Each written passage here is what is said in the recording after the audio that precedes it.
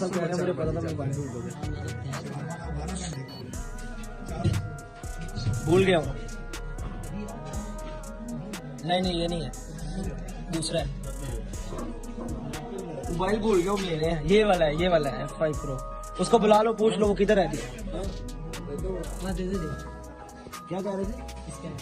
मेरा ही है, पर मोबाइल ले लिया वापस, अपना चार्जर करते हैं और फिर चलते हैं। बाइक की बात ये हुई थी, आते हुए मैं चलाऊंगा, जाते हुए भाई ये चलाएंगे। ठंड बहुत ज्यादा है और ये मुझे कह रहे हैं बाजू भाई आप चलाओ। भाई मैं क्यों चलाऊं, बाइक आप चलाएंगे। और ये हमारी बाइक खड़ी है और बाइक के अंदर बहुत हैवी, ये हमारी लग्जरी बाइक। और कामरान भाई अभी चलाएंगे, हाथ कांप रहे हैं। मैं नहीं चलाऊंगा भाई, बाइक आप ही चलाओगे। और ये बाइक है, नहीं शूज क्यों बना दो, कह रहे शूज बनाओ, शूज क्यों बना दो। नहीं कामरान भाई बाइक चलाओ भाई, तो जुबान हुई है। ठंड देख लें कैसी है, चाचा भी हाथ बांध के जा रहे हैं, ठंड बहुत आ रहा है। अब बाइक चलाने लगे कामरान भाई, आगे से सिरगल लेना है, पीना है। और ये कामरान भाई बाइक